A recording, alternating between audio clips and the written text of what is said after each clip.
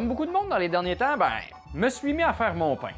Sauf que tant qu'à être ici, là, j'ai envie d'en profiter pour aller plus loin puis essayer de trouver mon boulanger intérieur. Oh, m'en viens! Inquiète-toi pas, mon petit gars, c'est pas mon premier pain. Hey, quand j'ai commencé ça, moi, le pain était dur comme de la roche puis la farine était faite en bois. Ah ben alors, qu'est-ce qu'il va prendre le bon monsieur, hein? Pourquoi pas, du coup, une bonne baguette? Bah ouais, pour accompagner le reblochon de la mamie.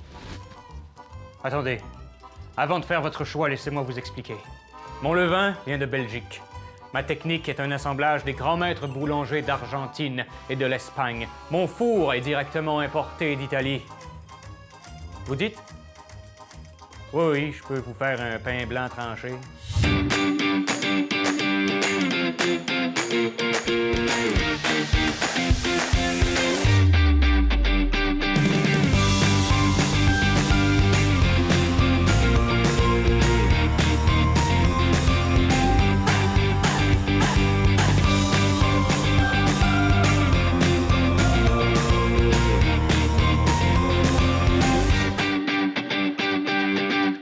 Aujourd'hui, on est au Citron Confit, une boulangerie artisanale qui a un petit quelque chose de particulier.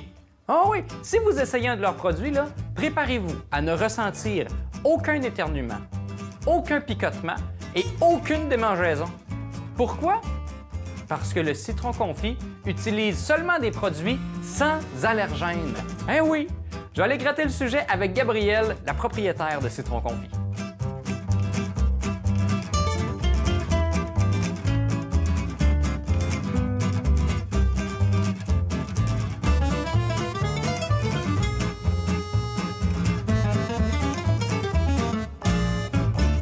Allô Gabrielle, merci beaucoup de m'accueillir aujourd'hui. Je suis curieux, boulangerie Citron Confit, qu'est-ce qu'elle a de particulier? Bien, c'est sûr que Citron Confit, à la base, là, c'était un peu... ça vient de mon histoire personnelle à moi. Là, à 26 ans, je suis devenue pluriallergique. Donc avant ça, c'était comme un univers que je connaissais pas. J'avais jamais eu à jongler avec les allergies alimentaires. Là, c'est pas juste comme t'as une allergie, genre t'es allergique à un ingrédient, là. C'est comme t'as... Oui, ça a été un coup, les œufs, poissons, fruits de mer, que j'ai dû enlever. C'est ça, vraiment comme, tu sais, une allergie sévère. Ouais. Puis, c'est ça. Puis, quelques années plus tard, mais j'ai développé des intolérances alimentaires aussi assez importantes, dont au gluten, les produits laitiers.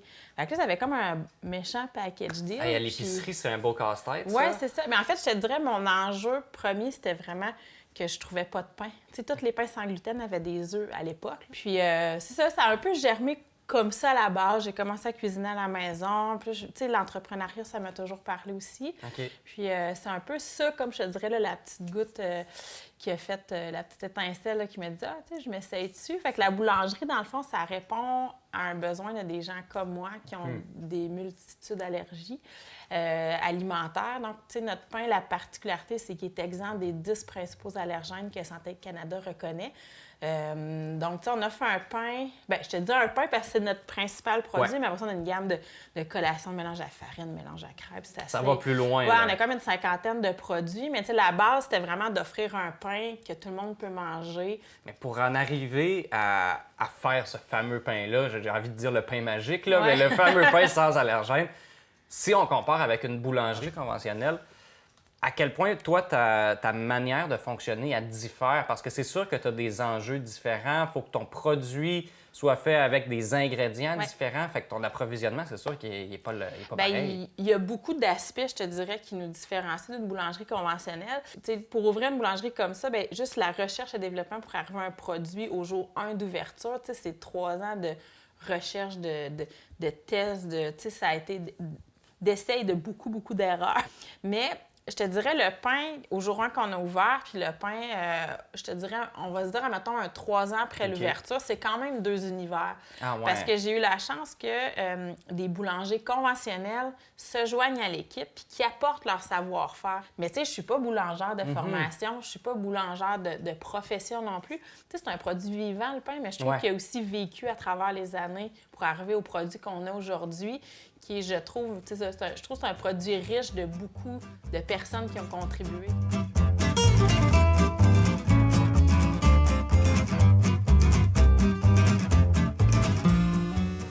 toujours été jaloux de ceux qui avaient des allergies sérieuses. Par exemple, une allergie aux arachides, une intolérance au lactose, ça a du panache. Mais moi, je suis juste allergique au blanc d'œuf cru. Jaune d'œuf, pas de problème. Blanc d'œuf cuit, pas de problème. Mais cru, c'est non. Le monde me regarde puis ils sont comme, ben là, c'est pas sérieux ton allergie, c'est pas comme si ça existait. Un tartare d'œuf. Mais là, je vais remettre les pendules à l'heure. Savez-vous ce que c'est de vivre dans un monde sans crème pâtissière, sans mayonnaise? C'est vraiment pas si pire que ça, là. Ça stuff. Le pain, tu sais, c'est comme l'aliment que tout le monde prend pour acquis, j'ai l'impression. Tu sais, c'est comme la base de tous les aliments, on dirait le pain. Tu sais, c'est comme, on imagine nos grands-parents dans la grande misère qui prenaient le pain. Fait que de le réinventer aussi, il y a quelque chose où c'est comme un... C'est comme de se pencher sur quelque chose qui a toujours été là, mais de se dire qu'il y a une manière de le changer aussi. Bien, c'est de le rendre accessible à des gens qui l'ont pu, ça. Tu sais, moi, je faisais du pain avec ma grand-mère quand j'étais petite.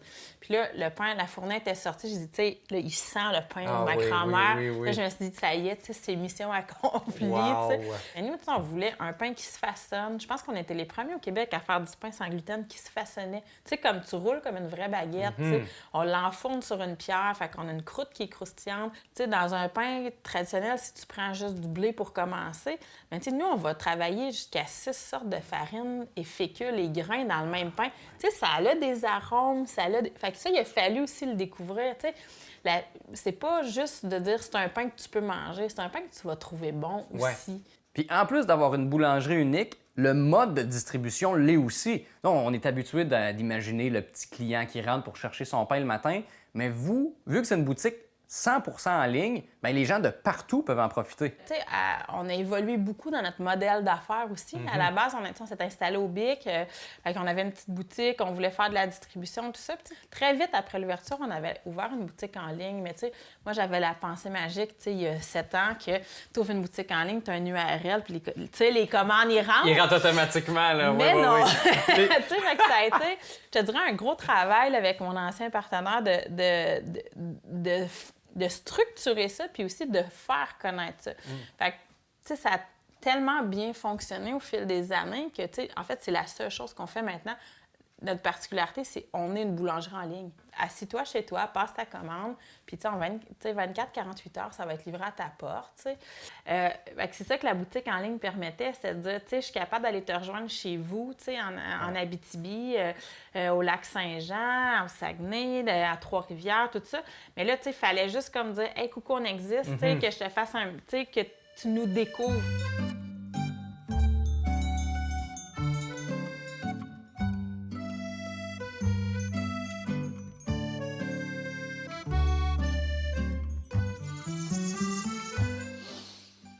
Ah, et que ça sent bon. Hey, sens ça, viens-t'en. Oui. Ah, oui, renifle ça. Ouais. Ça sent bon, hein?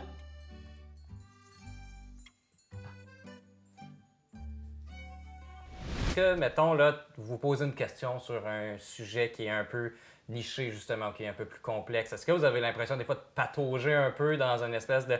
Bon, on retourne un peu, on dirait, au moment où on était dans l'essai-erreur. Est-ce qu'il y a ça qui revient? On est toujours en recherche et développement. Ouais. Puis, tu sais, notre rêve, c'est d'arriver à faire des croissants, des chocolatines, mais tu sais, sans produits laitiers, sans œufs, sans gluten. Tu sais, le défi, il est astronomique et ça fait des années qu'on travaille là-dessus. Tu sais, on va y arriver un jour, mais c'est sûr que le chemin, il faut que tu tripes dans le chemin pour te rendre au produit final parce que, tu sais, le chemin, il est long. Tu as développé un carreau date, c'est long chez nous. C'est une longue trail pour se rendre au croissant. C'est vraiment une longue trail. Fait que c'est sûr qu'on attire aussi des gens dans l'équipe qui ont ce goût de dépassement de ça. Puis tu vas voir, Débiane, elle fait partie de ça. Tu sais, c'est une fille qui est créative, qui a envie d'innover. Tu sais, fait que juste dans une galette, il y a de l'innovation, il y a de la recherche, il y a de la créativité, comment je peux aller chercher le meilleur de ces saveurs-là, de la texture, tout ça. Fait que oui, c'est un méchant beau terrain de jeu. Pas facile, mais c'est un beau terrain de jeu. Ben écoute, Gabrielle, merci beaucoup de m'avoir accueilli aujourd'hui. J'ai vraiment appris beaucoup, puis je vais fêter ça avec une toast. C'est bon.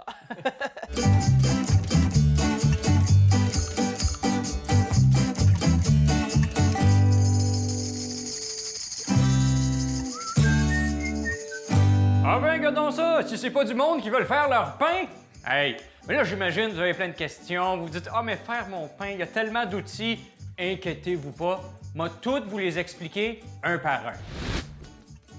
Ça ici, c'est notre machine à brûlure. Super facile. On l'ouvre. Tu mets ta main. Ah, donc! Et voilà. Ça marche.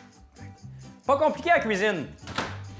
Nous autres ici, on est bien pro-environnement, fait qu'on essaie de tout recycler. Par exemple, ça là, c'est la machine à farine. Fait qu'on met le pain dedans, on brasse 15-20 minutes, puis c'est ça qui nous donne de la farine. Qu'on utilise après pour faire le pain. Je sais de quoi je parle. Ça, cette machine-là, ça s'appelle une machine à vérité. Tu lui poses des questions, puis elle a la réponse. Par exemple, comment est-ce que j'ai d'argent? Ah, c'est ça, je n'ai pas mal. Oups, là, je n'ai moins. Il y a quelqu'un qui est parti avec ma carte de crédit. La bonne femme a vu des souliers. Ça ici, c'est la civière à pain. C'est ici qu'on met les pains malades. Ah oui, respire, Stéphane. Ah oui, respire, Stéphane. Ah oui, reviens avec nous autres. Là. En plus, il perd des morceaux. Il est bon, Stéphane. Hey, Davy, merci beaucoup de m'accueillir aujourd'hui sur ton lieu de travail, quand même. Bienvenue, Marc. Merci énormément. Parle-moi un peu, être boulangère, là. Toi, là, qui est comme ça, là. Qu'est-ce qui t'a poussé à devenir boulangère? C'est quoi ton bagage? T'as-tu étudié là-dedans? Comment ça marche? Ben, en fait, moi, j'ai étudié en cuisine. OK. Puis la science de la cuisine m'a vraiment passionnée parce qu'il y a énormément de réactions chimiques dans la cuisine. Puis le pain en fait partie. C'est vraiment une préparation de pain qui est avec une grosse réaction chimique qui m'a vraiment intéressée. Fait que j'ai fait des années à Montréal. J'ai travaillé dans des boulangeries à Montréal avec des chefs artisans. OK. Puis quand j'ai vu la boulangerie qui annonçait un poste en tant que cordeau, je me suis lancée. Puis avec le bagage que tu avais à Montréal, de prendre la décision de quitter cette ville-là où veut pas, il y a une ébullition qui se passe pour venir ici, faire la décision de revenir en région, faire ce projet-là ici, en quoi ça t'attirait? Qu'est-ce qui te stimulait là-dedans? Ben, en fait, aussitôt que j'ai vu le poste, moi, ça m'a attirée parce que je suis vegan à la base. Donc, j'utilise déjà les produits que nous, on utilise. Fait que ça m'a vraiment attirée pour combler le cœur de tous, puis de faire des nouveautés, de la création, puis d'avoir un autre poste qui englobe ça pour tout le monde au Québec. En quoi c'est différent de travailler au Citro-Confit versus, comme tu le dis, tu as des expériences dans d'autres boulangeries, sauf que le créneau ici, qui est vraiment avec des produits très particuliers, sans allergènes, en quoi ça change le quotidien pour une boulangère comme toi? Ben, en fait, la confection du pain reste quand même le même principe. Je veux dire, il y a de la farine, il y a de l'eau, il y a de l'huile. Vraiment, le défi du métier anti-allergène et sans gluten, c'est vraiment les farines sans gluten, c'est vraiment les produits, en fait, qu'on utilise pour faire la préparation de pain. Puis j'imagine que, étant donné que les gens qui vont acheter les produits ici ont besoin absolument que ça soit sans aucun allergène parce que c'est un peu leur santé qui est en jeu. Fait que quelle responsabilité ça vous donne ici dans le quotidien, là, au jour le jour? J'imagine que tout est sous surveillance quasiment. Bien, exactement. C'est vraiment la mission de l'entreprise de créer des produits anti-allergènes sans gluten. Donc, on fait vraiment attention à tout. C'est sûr que même les fournisseurs sont anti-allergènes. On va les chercher minutieusement. Puis, on y arrive. On a tout plein de protocoles aussi pour utiliser ces produits.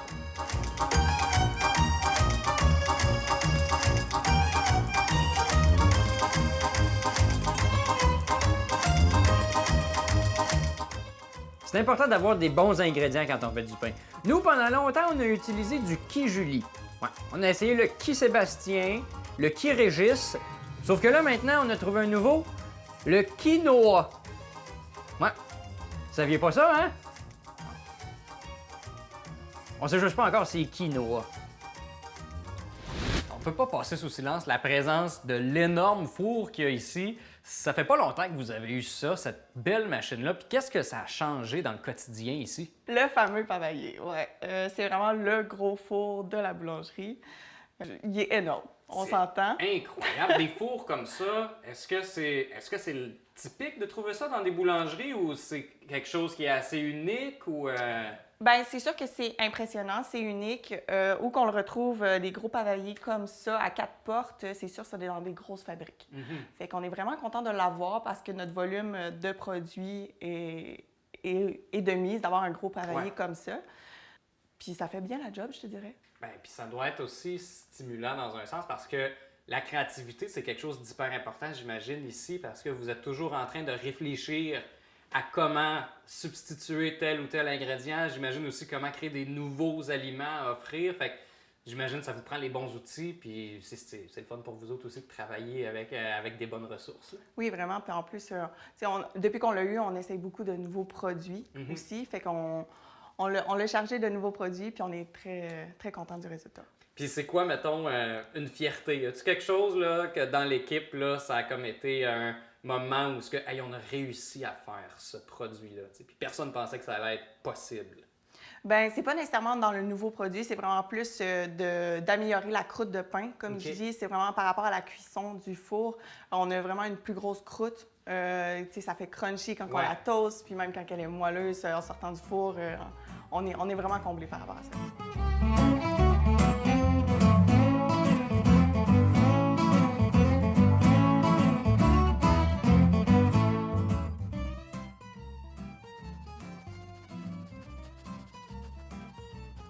Hein? Très important, il faut désinfecter chaque pain un par un pour être sûr qu'il ne reste plus aucun allergène. Hein? Oh! Il en reste un. Bon. Et voilà. Parce que votre santé, c'est notre santé. Y a-t-il quelque chose de un peu, j'allais dire stimulant, mais en même temps presque effrayant dans le fait que tu travailles dans un domaine où vous êtes un peu les seuls, tu sais, sans allergènes, sans gluten. Il y a beaucoup à faire, j'ai l'impression, puis vous défrichez le terrain parce que, c'est ça, vous êtes un peu seul à tenir ce bateau-là. Comment tu te sens à vivre avec ça? Ben, en fait, je suis quand même fébrile. Écoute, c'est un gros travail. La farine, elle arrive, nous, on monte la pâte, on la cuit, ça sort un produit, puis il y a plein de monde qui veut se l'arracher. Fait que, c'est vraiment, c'est palpitant. Ouais. Puis comment est-ce que ça se passe, justement? Là, vous avez les ingrédients, on part.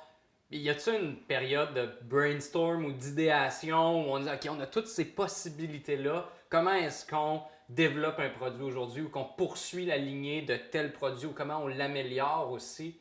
Comment ça se déroule, cette espèce de processus-là? Bien, écoute, on est quand même une petite équipe. Donc, c'est vraiment assez friendly. On sort des idées. On a un gros brainstorming à chaque semaine. OK. Puis, quand on a envie de faire quelque chose, on se lance puis on le fait.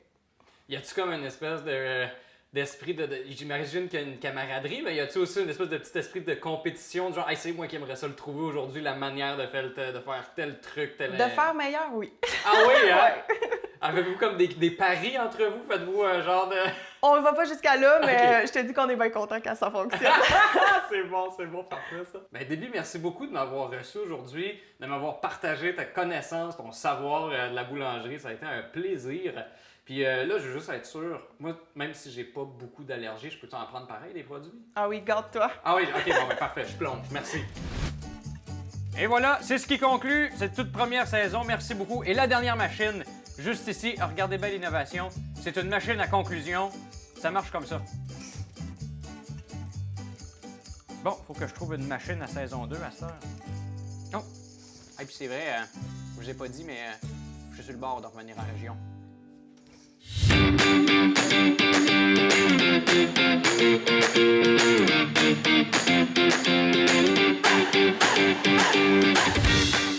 Cet épisode ne contenait aucune trace de lait, d'œuf, d'arachide, de poisson, de soya, de noix, de blé, de bois franc, d'essence, de principe, d'éléments déclencheurs, de moustiquaires, de sacs poubelles remplis de récupération, de couches jetables, de rum and coke virgin avec 2 limes, d'un grand verre, froid, pas de glace.